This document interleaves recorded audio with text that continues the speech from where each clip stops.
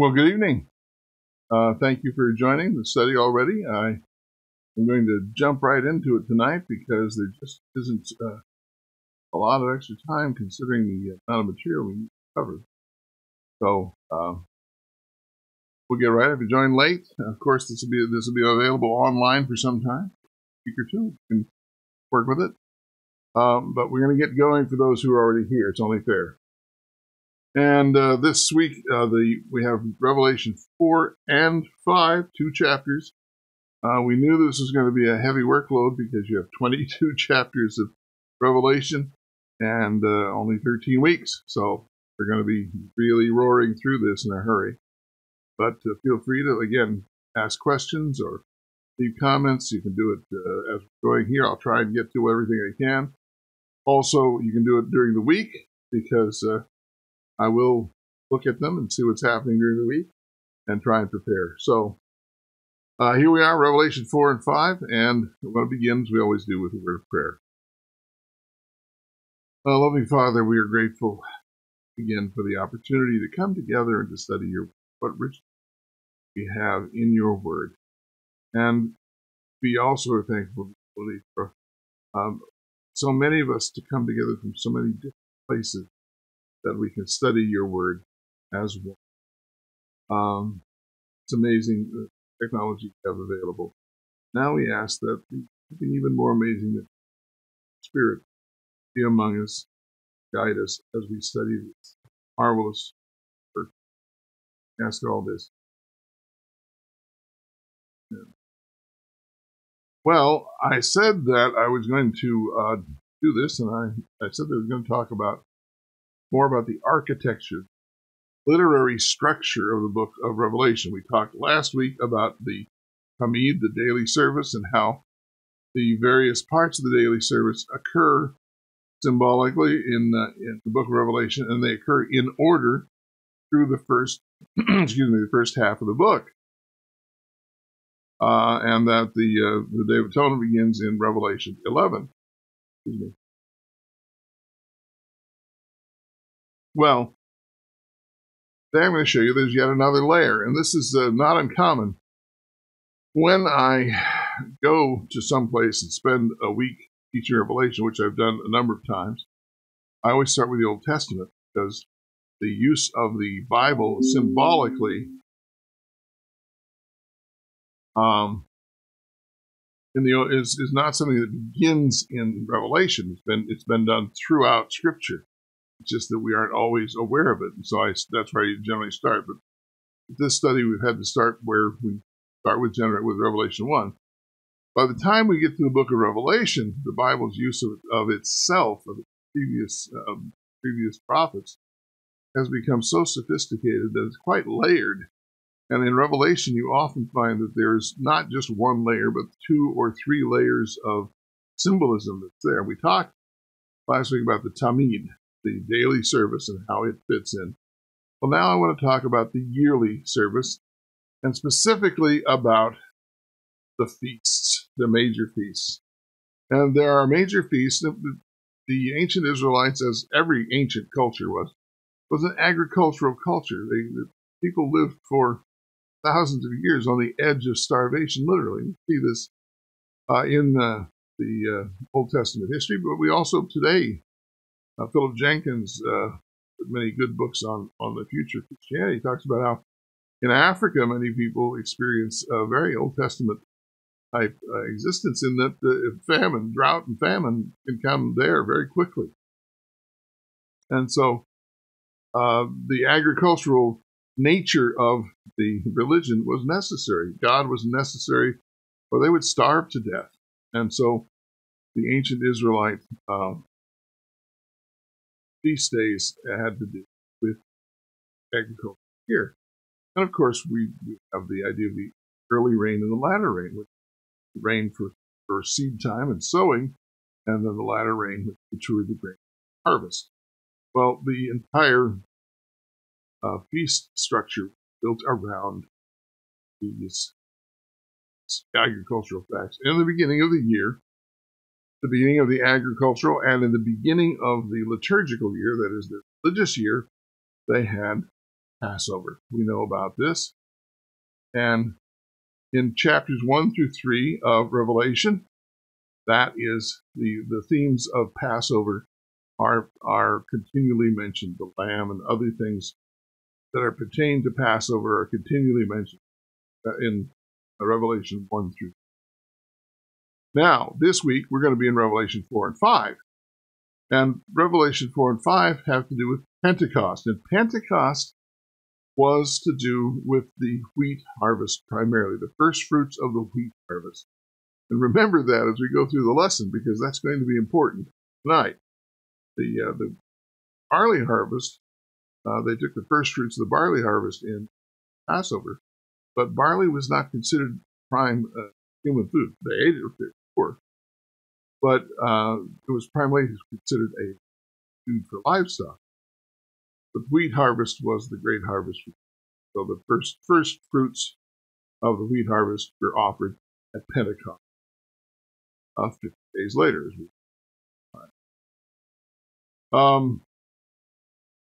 The Feast of the Trumpets then begins in Revelation 8:1 through 11:19. Of course, this is the time when we will hear the 7 trumpets sounding in the book of Revelation. So that's pretty clear. Then in 11:19 through 14:20, 11:19, the Ark of the Atonement appears for the first time. And by the way, this is the way it works. Passover and Pentecost are the feasts of the early harvest.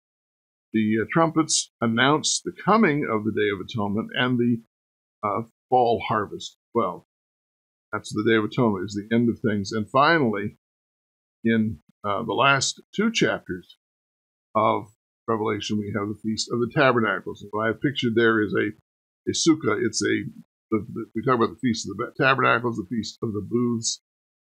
This was a celebration, a remembrance of the time they had spent 40 years in the wilderness. And this was not celebrated until they took possession of the land. You can't see it's behind my shoulder, but Revelation 21 and 22 are the dates for these feasts.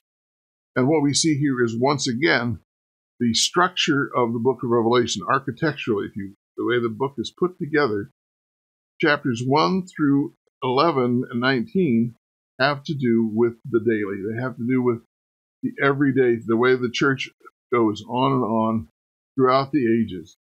But once we get to 11:19 and following, we're talking about the very end of the, talking about the Day of Atonement, talking about the judgment, the last judgment, and we're talking about taking possession of the land of promise. That is, the new earth takes place in Revelation 20.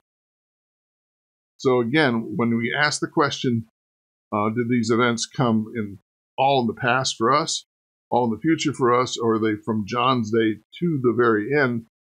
Here's the structure of the book. It says basically that to me, the everyday operations, the continual, ordinary operations of the church in a sinful world continue from John's day until sometime in 11:19. Then we begin to enter the prophecies that almost exclusively with the very end of the book. I hope that's clear. So we have 2 of these things. The Tamid, which extends all the way through 11. It says this is the daily. And then we have the whole feast structure, which also indicates that from 1 to 11:19 is this continuation of history of the church living in a sinful world. And only at 11:19 and following do we start talking about the very final event, first history, the ones that wrap it all up. The ones that are not repetitive, but in fact are final. And I hope that's clear and it makes some sense to you. So we're going to be talking, we talked about this already, that the key to understanding Revelation is the Old Testament, and especially the sanctuary. And that will only continue, and it will become more important every week. Now, let's see, I have the wrong page here. We want to look at our memory gem. So, here we go. And it's Revelation 5:5.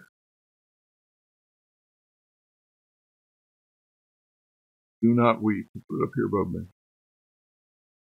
Do not weep. Behold, the Lion of the tribe of Judah, the Root of David, has prevailed to open the scroll and to loose 7 seals. That is the key. It's the center of this lesson. Throne room. Now remember, Revelation 4 and 5 we just talked about is Pentecost. And Pentecost is going to permeate this throne room scene in Revelation 4 and 5. And I have a block diagram prepared for both of these. And so we're going to take a look at these in detail as we get here. I also am preparing those who are interested videos, which I will show you how I did the block diagramming. They're just, as I do it, spontaneous, but they show you why this is important and how it forces the student to grapple with the real questions which are inherent in the. All right. After these things I looked, and behold, a door standing open in heaven. We talked about the Tamid last week, and I want to emphasize this is the step 2 in the Tamid. The first step was Jesus among the lampstands. The first step was the priest would trim the wicks, trim and take care of the lampstand after overnight. Second thing was the great door to the temple was thrown open, and people from outside could see this was happening. Here is a door standing open in heaven. And the first voice, which I had heard, like the sound of a trumpet, speaking with me, that's the voice it was, said, and again, you is implied. We do this in English when we have an imperative. We tell someone to do something, do this, we imply the word you. So it's not in the text in the Greek or English, but it means he's saying to John, come up here, up here. And this shows the transition. Jesus was walking among the lampstands on the earth. He was walking among the churches on the earth. Now, John is transported up to heavenly sanctuary and what takes place there. And so this first voice, which was the voice of Christ, he had heard it speaking. It sounded like the sound of a trumpet, back to these temple trumpets. And the first voice said, come up here, and I will show you what must take place after these things. Well, what things is he talking about?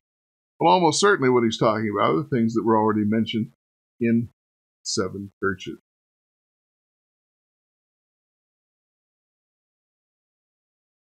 All right. So he sees this door open, and then he immediately, I was in the Spirit. Behold, immediately I was in the Spirit, and behold, a throne was standing in heaven, and one sitting on the throne. So he sees the throne room. But this is a fascinating situation, because there's some odd things or unusual things around the throne.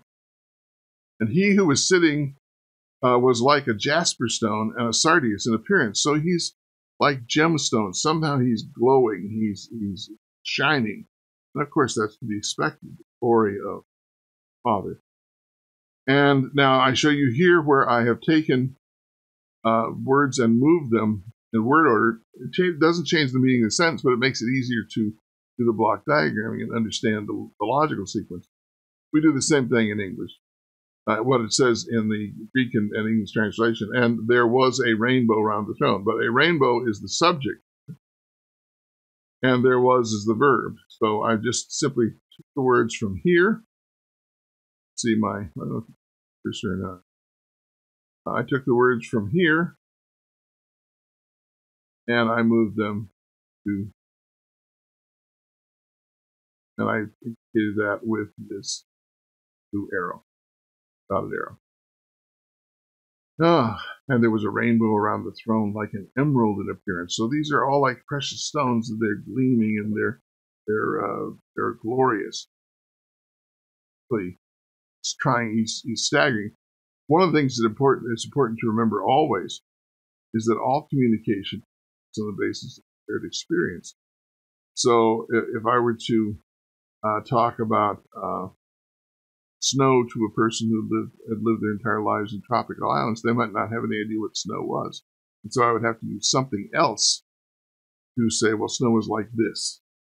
This is the kind of thing that's necessary whenever we're talking about things not experienced. And that's what John is having some unique experience trying to explain them to him in the best language. And again, I've done the same thing here. 24 thrones were around the, again, this is the word order has changed. That's all. I've done the same thing here. 24 thrones were around the throne. So there's a central great throne, and there are 24 thrones around. And how those are arranged will become obvious. I make a note here, and you see it, this note I have here. The rainbow always appears around God's throne, bindings of the covenant God made with Noah after the flood.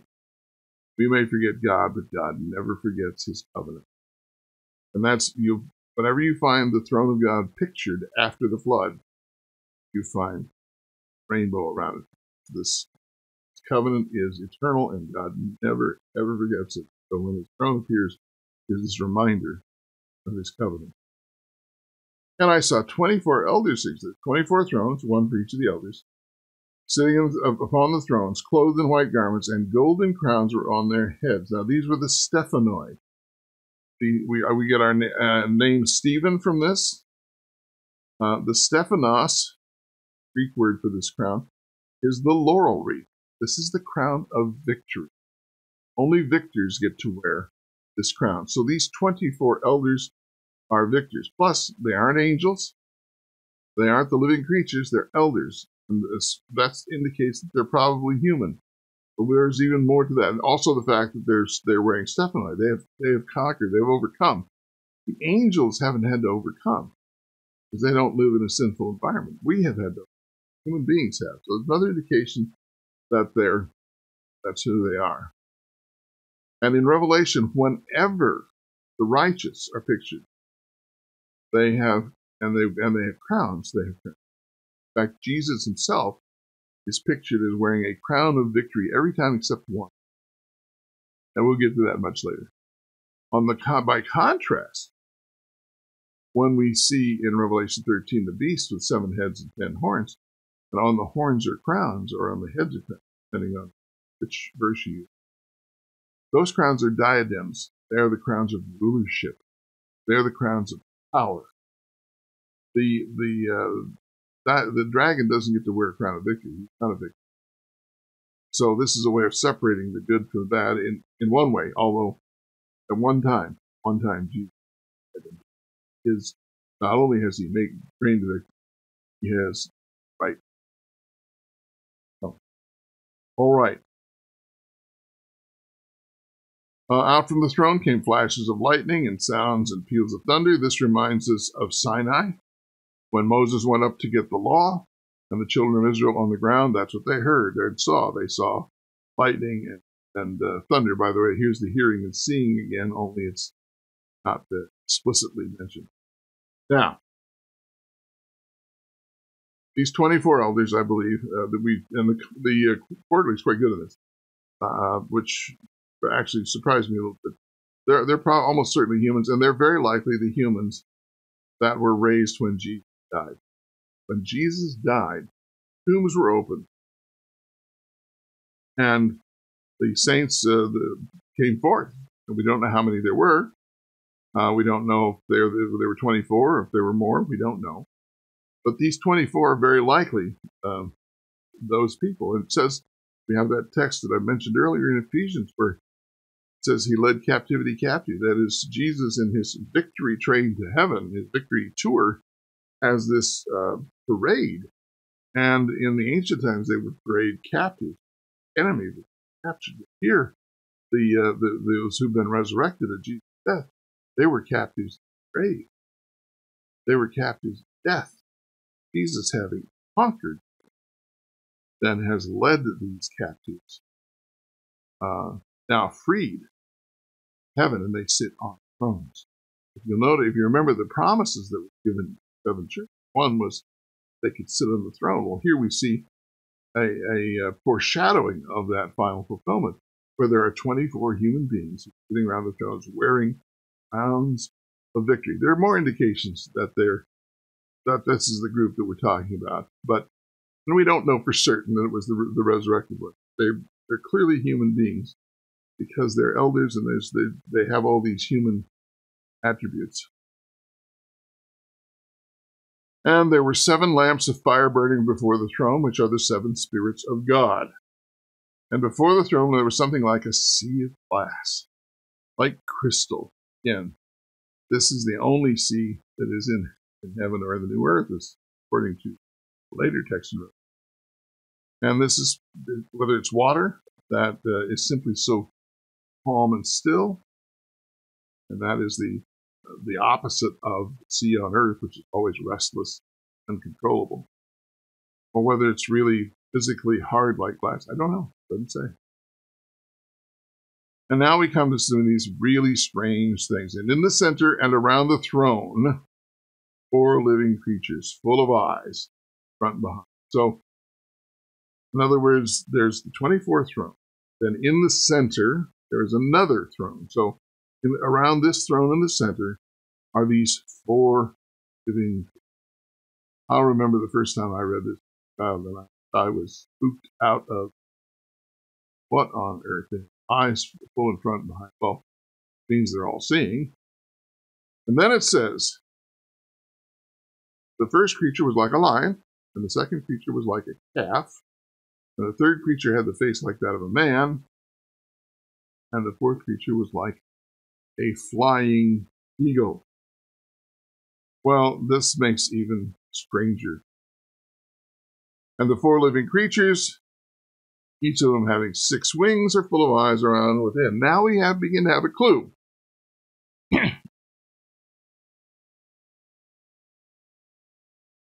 Pardon me. We begin to have a clue that they're seraphim, because in Isaiah, the seraphim have 6 wings. So these living creatures are some kind of special angels. And this is not the first time we have seen them.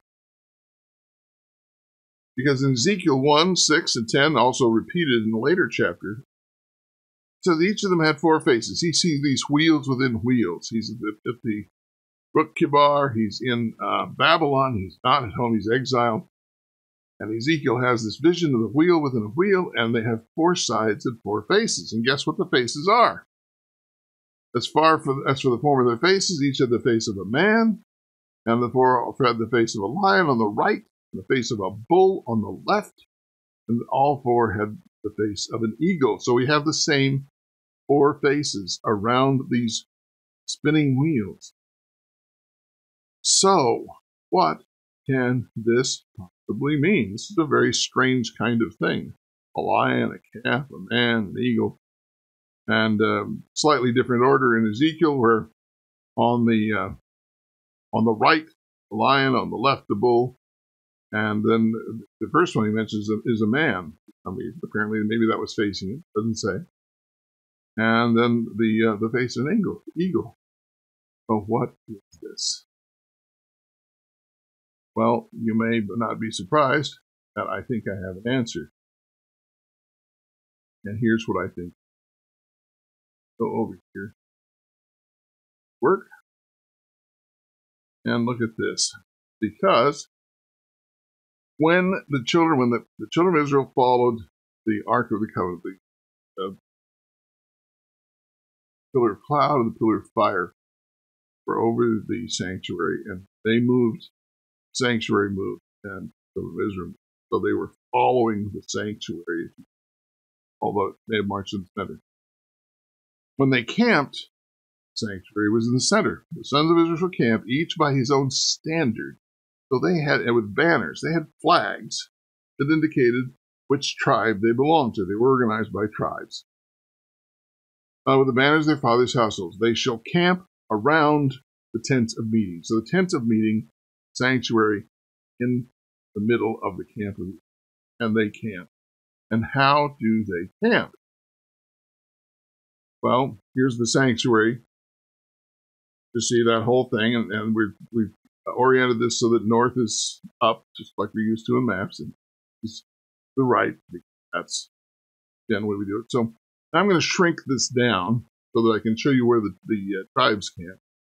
Plus, I'm going to, instead of having this little diagram, I'm simply going to represent the sanctuary with the ark, because the ark is the most important piece of furniture. The ark is what in a way, what the sanctuary encampment is all about. The throne of God is with them.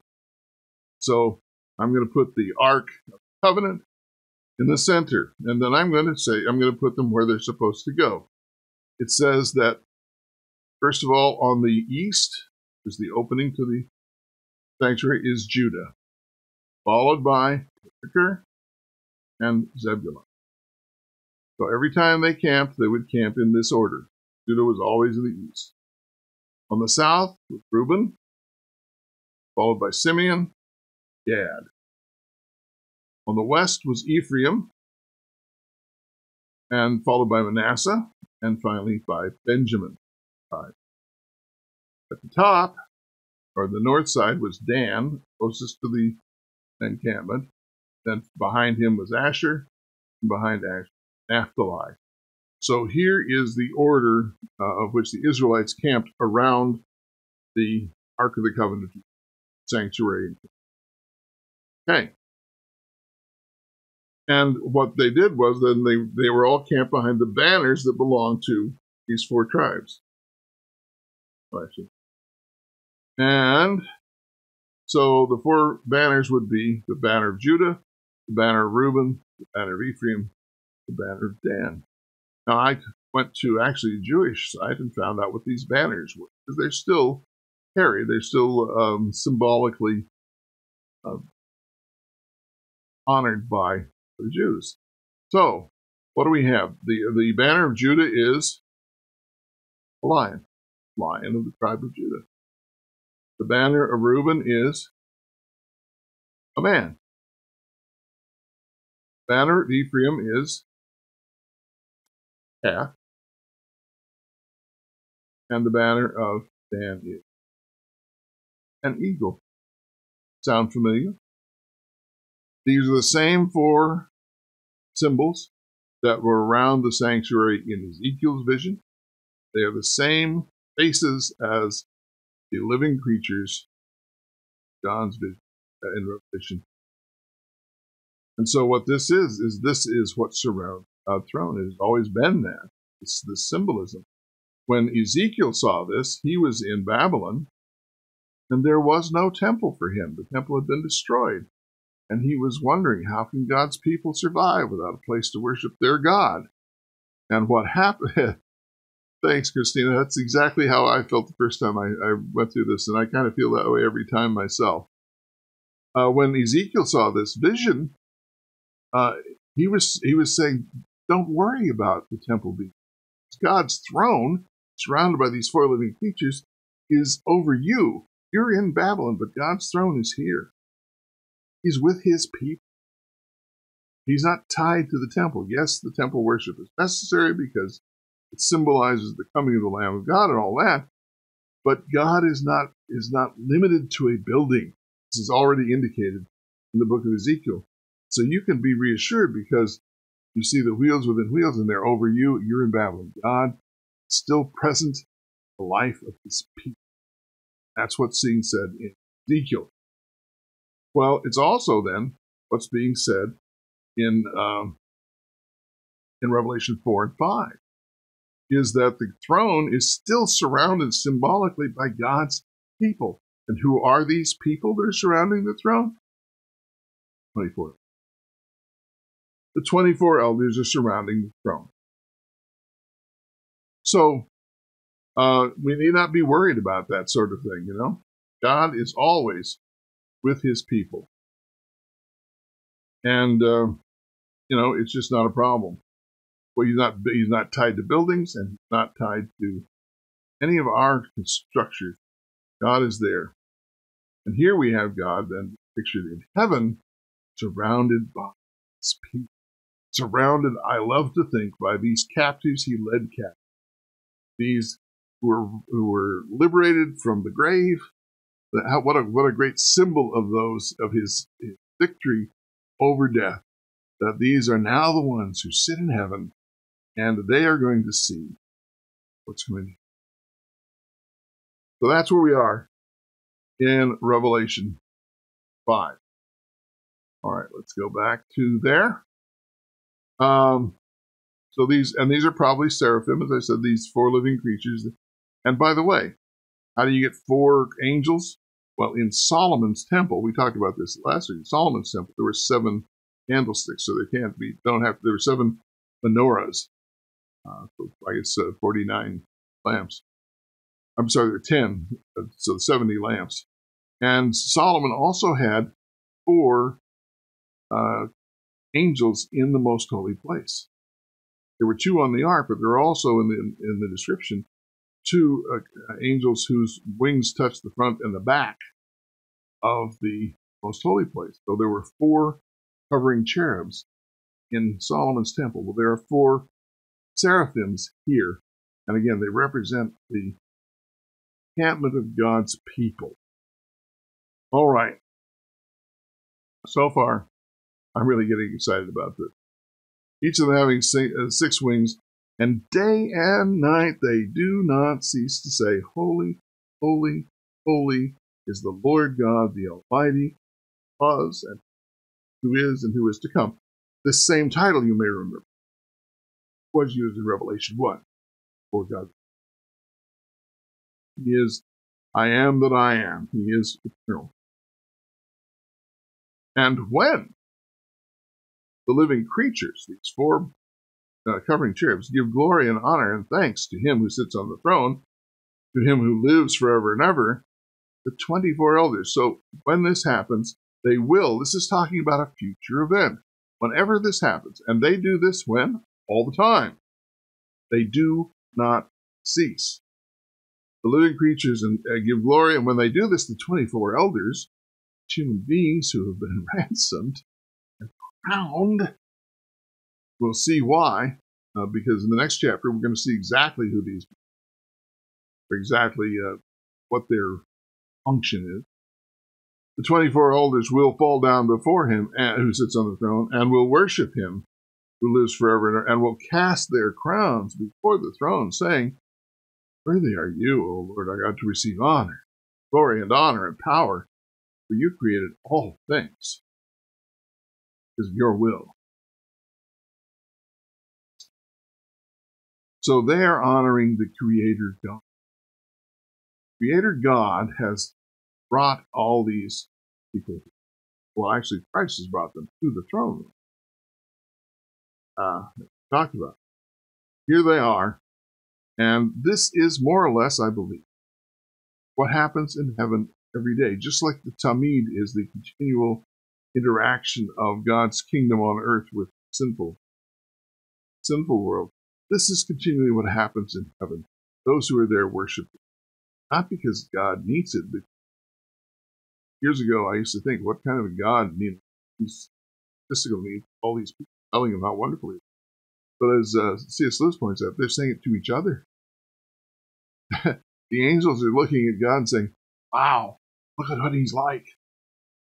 And the 24 elders say, yeah, he's worthy. They're telling each other this. They're testifying to each other and to the universe that this is what God is like. It's not about telling God how wonderful. It's about them experiencing God, sharing that experience with the larger universe. By the way, that's what again is supposed to do too. Witnessing is not an active verb where we go out and look for people to indoctrinate. Witnessing is experiencing God in our own lives, sharing that world. It's happening here on earth as it is in heaven. There it is. Revelation 14. All right. And now for a second, go and summon up the next Revelation 5. A lot of work involved in block diagrams, and this is going to get more and more interesting as we go through. At least it is to me. I'm always tremendously excited by it. I love to study it. All right. I saw in the right hand of him who sat upon the throne. You see, this is why the block diagram. I saw a book. That's the simple sentence. But I saw in the right hand of him who sat on the throne. These are all adverbs of book. I saw of a book written inside and on the back, sealed with 7 seals. This is a scroll. It is not a book. It's not a codex. It's a scroll. Now, this scroll that is written on the inside and on the back reminds one, because remember, the Old Testament is the Revelation, reminds us, or we should, I shouldn't say we should, for those who have studied this in detail, you will recognize that this goes to the scroll in Zedekiah. I'll put this up here and move it back. In Zedekiah, he says in chapter 5, I looked again, and there before me was a flying scroll. And he asked me, what do you see? I answered, I see a flying scroll, 20 cubits long and 10 cubits wide. Are you ready for this? Those are the dimensions of the most holy place. The most holy place in the sanctuary was 10 cubits wide and 20 long. Exactly. So here we have a scroll, which is exactly the same dimensions as the most holy. I'm not the most holy. The most holy place is a cube. It's 10 by 10 by 10, but that'll become important later. But here it is. This flying scroll is exactly the same dimensions as the holy place. 10 cubits wide, 20 cubits long. And he said to me, this is the curse that is going out over the whole land. For according to what it says on one side, every thief will be banished. And according to what it says on the other side, everyone who swears falsely will. Well, probably. But first of all, it's unusual. Scrolls were generally written on one side. It was extremely unusual to write on both sides of a scroll. And the reason for that is just complicated by how you roll the scroll. It didn't work very well to roll it and flip it. So that's the first thing. They were written on one side. So here's a scroll that's written on both sides, just as the scroll in Revelation is written on both sides. And here it says there's a curse. Well, it's going out through the whole land. On one side, every thief. Well, the thief is thou shalt not steal. On the other side, everyone who swears falsely. It could be the false testimony about lying, but it probably is about using God's name in vain. Okay, swearing, using God's name as an incantation, but the third commandment is. If that's true, then this scroll, which is exactly the dimensions of the holy place, is basically the law of God, the 10 Commandments. On one side, you have the requirements of how you treat your other human beings, and on the other side, you have your relationship with God. That makes sense if that's true, and it's a curse. Why is it a curse? Because we break the law. Law isn't bad, but the law tells us about sin. We get this all mixed up. The law is never condemned as a standard. It's always condemned as a means of salvation. It will not save anybody, but it is a great standard. It tells us, it's like a thermometer that tells you got a temperature, you got a fever, you're sick. Law tells us that. The law tells us we're sinners. Okay, so that's the curse. And here it is. There is this scroll in the hand of the Father. He's the one who's sitting on the throne, written on the inside and the back, sealed up with 7, but it's perfectly sealed. 7 seals. It's totally sealed. It's completely sealed. It cannot be, this scroll cannot be opened. It's impenetrable. And I saw a strong angel proclaiming with a loud voice, who is worthy to open the book? This is like a public notice. Come forward. It's like what they say at the wedding. Let him speak or forever hold his peace. That's the kind of thing that's happening here. There's this public proclamation. And so who's worthy? And no one in heaven or on the earth was able to open the book or to look into it. It was perfectly, totally, completely sealed. And John knows immediately this is important. Here's this sealed book. It's being held by the Father. If it's the book in Zechariah, it's the curse. It's the law that condemns everyone. Who can break these seals and break the bondage of the law? And no one can. Can't find anyone. This public announcement goes forth, and there's no one on the earth, in the heaven, or the earth, or under the earth. No one's able to do this. And I began to weep because no one was found worthy to open the book or to look into it. So it's a total mystery, and it portends ill for humans.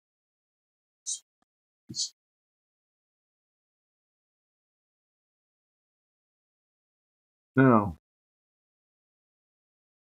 and one of the elders said to me, now remember, I made a note on this because it's so important to remember. We forget it in the sort of the excitement of the details that are going on. Remember that hearing and seeing go together. Here's a prime example of the hearing and the seeing both giving us information about the identity of the person who's going to come forward to open the scroll. Excuse me. So one of the elders said to me, and I didn't say I heard it, but he was said, so he hears it. It comes in his ears. Not believing. This is our memory gem. Behold, the lion that is from the tribe of Judah, the root of David, overcomes so as to open the book and its 7 seals. He can open this book and he can open its 7 seals. It's completely sealed. It's completely a mystery, but there is one. The lion of the tribe of Judah. We already saw that is the banner of Judah. So who is the lion of the tribe of Judah? That's what he hears. He hears it's the lion. And I saw, what does he see? Does he see a lion? No. Saw between the throne with the 4 living creatures a lamb standing slain. So this is between the throne with the 4 living creatures and the elders. In other words, there's a throne surrounded by the 24 thrones, and somewhere between these 24 thrones and the throne is a lamb. Looks like it's been slain. Now he has heard that it was a lion. And he looks and sees slain. Well, of course, it's Christ. Because he is both the lion of the tribe of Judah. He is the Messiah. He is the king. He is the firstborn king of the tribe of Judah. And he is the Lamb. So both of these are attributes of Christ. He comes to us. When he comes either as the lion or the lamb. He either comes as the lion that is judging us because we have not submitted, or he comes as the lamb who is our guarantee of salvation. Those are the two true attributes. Both. And the hearing and the seeing confirm this. And the lamb was standing as if slain, having 7 horns. So these horns, now we forget about this, but horns, the Old Testament says that when Moses came down from the mountain, his face shone. Well, the Hebrew literally says he grew horns. What does that mean? The horns are the spikes on a crown are supposed to be rays of light surrounding the head. And the ancient word for that was horns. You see these rays of light, they look like horns. And that's what he has, 7 horns. He has a perfect crown of glory. Yeah. Wonderful, yes it is. And he has 7 eyes. His vision is perfect. He sees everything, which are the 7 spirits of God. The Holy Spirit, then, is what informs Christ. It's what gives him his all-seeing nature, the Holy Spirit, because he has accepted the limitations of the human body. It's an astonishing thing. But the Holy Spirit informs him. It's also God. It's fully human. It's fully divine. So here's this lion and this lamb, so we know exactly who it is. He came and he took the book out of the right hand, sat on the throne. Now, first had gone forth this question of who can open this book? And Christ steps forward. This is Pentecost. Why is it Pentecost? Because he's brought the first fruits of the resurrection. Not he is, it says in the Bible, is the first fruits, but he's also brought these 24 elders. They're the first fruits of the resurrection, the first fruits, which is what happens at Pentecost. And so he is having brought himself, having conquered death and come forward himself, and having redeemed these 24 elders and brought them to heaven. He is the one who has the right to do this. And when he had taken the book, the 4 living creatures and the 24 elders fell down before the man. Now, each one of the 24 elders holding a harp and golden bowls full of incense, which are the prayers of the saints. Now, King David was noted for playing the harp. He's the only king we know that played the harp. But he's, if you are asking to know of a harp player in the Old Testament, it was David, the harp player. So he's the king. And they also carry golden bowls of incense, which is what priests carry. So this is the nation of kings and priests, which were mentioned in Revelation 1, and are mentioned repeatedly in Revelation. These are the kings and priests. By the way, we're part of this nation, aren't in Christ. But they are the 24 who represent. By the way, why 24? And there's lots of speculation. Of course, there are 12 tribes. Some say it was Old and New Testament represented. That's possible. Deuteronomy says that anything that is decided has to be decided in the mouth of 2 witnesses. And if that's the background, then we have 2 witnesses from each of the 12 tribes. 24. Either way, it makes these human beings. Okay, so these are kings and priests. They're the nation of kings and priests. It says that God has made us a nation of kings and priests.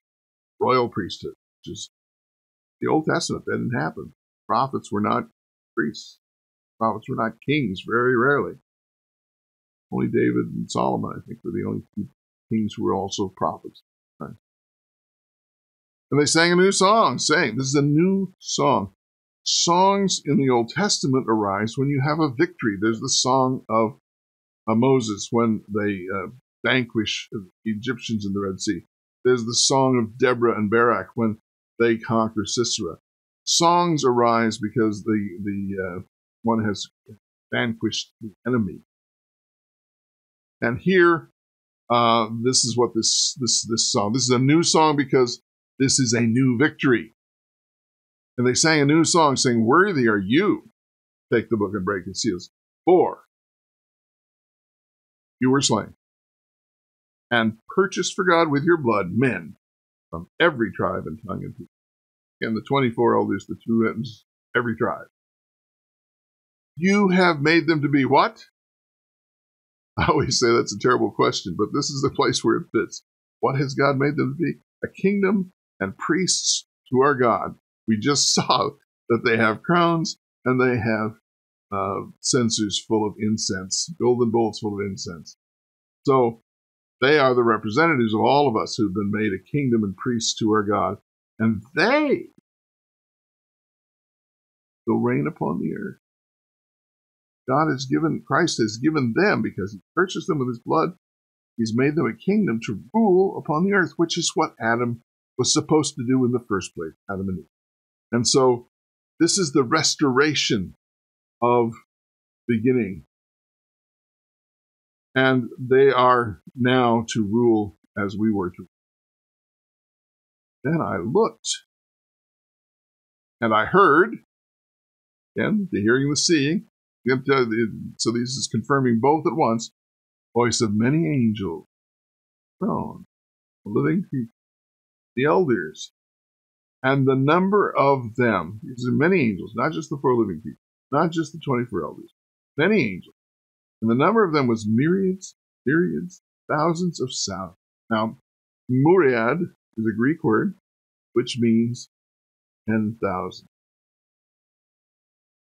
So when you see the translation says 10,000 times 10,000, that's what 10,000s of 10,000s. That's what he's saying here. And thousands of thousands. This is not a mathematical number. This is like infinity. You can't sum it up. You can't divide it. You don't know what it is. It's too big. And that's what he's saying. This is enormous mass of creatures, living creatures, the elders, these angels. And they're saying, a loud voice, worthy is the Lamb that was slain. See power, riches, wisdom, might and honor and glory. Okay, I hope it said it was disconnecting and reconnecting. I hope there was no great interruption there. We'll move forward.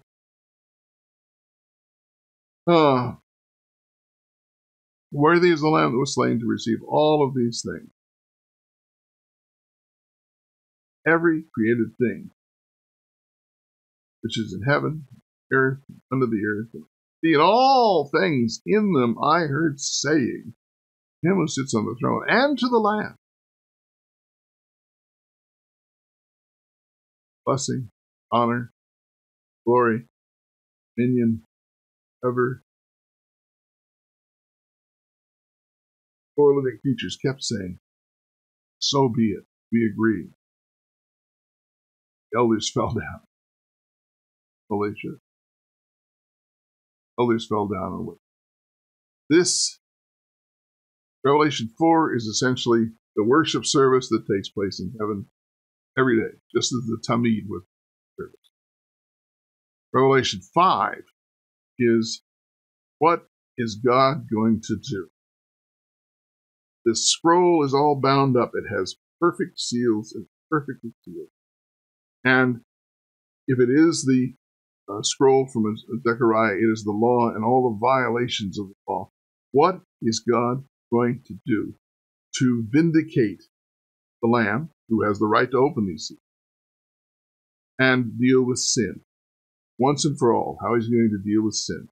How is he going to deal with it for the ages that the church is on the earth, and how is he going to once and for all and be done with it? And that's what the seven seals are about. Is he is going to, as each seal is opened, he's going to reveal a part of the plan that he has to take to deal with sin for the rest of history. But the seventh seal, like the seventh trumpet and the seventh plague, they all end at the end of the world. I've said this before. We have the seven things. The seventh one always is the very last bit, but then we zoom in on that and we expand that so we can see it in detail. One of the problems that we have, and I mentioned this before in another, I don't know which study, is what's called prophetic foreshortening. Now, I live in the country, and so if I go out in my front yard, I can see 2 or 3, 4, 5 miles in every direction. It's hilly, but fairly flat. And so I can look and I see a house that I happen to know is a mile distant. About exactly a mile from where I live. It's downhill. And then I see behind it another house that looks like it's right next door. But I know, because I've traveled on that road, it's actually 2 miles. It's actually further from, those two houses are further apart than my house is from the first one. That's visual foreshortening. It's because and we see this with telephoto lenses and things like that all the time. There's the things beyond a certain level are all seem to be grouped together because we can't, they're so far away. And that's the same thing, the same problem that John had. By the way, I probably shouldn't say this, but I'm going to. That's one of the problems of looking at the end times through Daniel, which we often try to do. And that is that Daniel's even further away from these final events. Daniel 11 and 12 are a long ways. Now, they're 600 years at least, 700 years probably, before Revelation. And Revelation is so far away from final events, we know it's more than 2,000 years. So, prophetic foreshortening is part of the problem. So that's why each of the sevens, the seven trumpets and so forth, will take that seventh segment, which goes to the end of the world, and because this is all jammed together in our foreshortening, all jammed together. So when we take it, we stretch it out in detail. We can see now more than we could see before because everything is spread out. So that's what that's about. And that's what we're going to do. But here we have this marvelous, I think, absolutely marvelous situation where we have this, we see that God's throne is surrounded by his people, the 24 elders who are redeemed, amazing, marvelous thing. And Ah, yeah, foreshortening is fascinating. And so we see that human beings are involved in this process. God is going to reveal. Remember, Revelation is unveiling. It is revealing. It is not concealing. It's not sealing.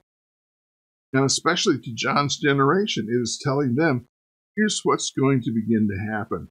And of course, the further they get from their own day, the less sense it makes in any detail, because they simply lack context. But they understand from the Old Testament the kinds of things that are going to happen. God is going to act again as he has asked. That's a message I will continually put forth.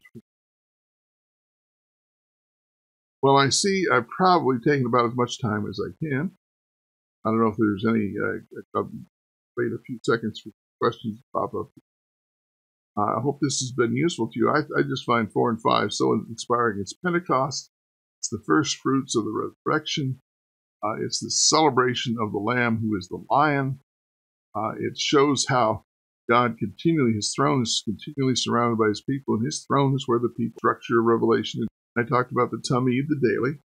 This week, I talked about the architectural structure of Revelation. I talked about the Tamid, the daily. This week, I talked about the architectural structure of Revelation in terms. I talked about the Tamid, the daily. This week, I talked about the architectural structure of Revelation in terms, the literary structure in terms of the feasts. And next week, I'm going to talk about the sanctuary itself, the temple itself. The temple itself is a central feature of the, well, I don't know if it's central, it's an important feature in the book of Revelation. And what happens with the temple will be demonstrated through the events, and it's actually demonstrated in the book of Revelation. That will be my introduction. Yeah, packed with great information, a lot of new thoughts. Thank you. I feel the same way. So that's why I'm so excited about it. There's just so much here, so rich. I should add, however, that my wife says that listening to me talk is kind of like getting a drink from a fire hydrant. So I apologize if it's too much.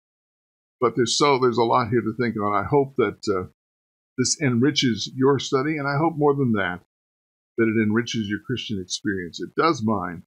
Realize that this great God wants to make, is making. I was going to say this is one of the principles of interpretation that I use all the time. We think the Bible is about what happened in the past, especially about things that did. The Bible is not about what men did. The Bible is about what God does. Present tense. God does today the same thing he did. Noah, David, days of Daniel, in the days of Jesus and the disciples. God is active. He wants to be active in your life.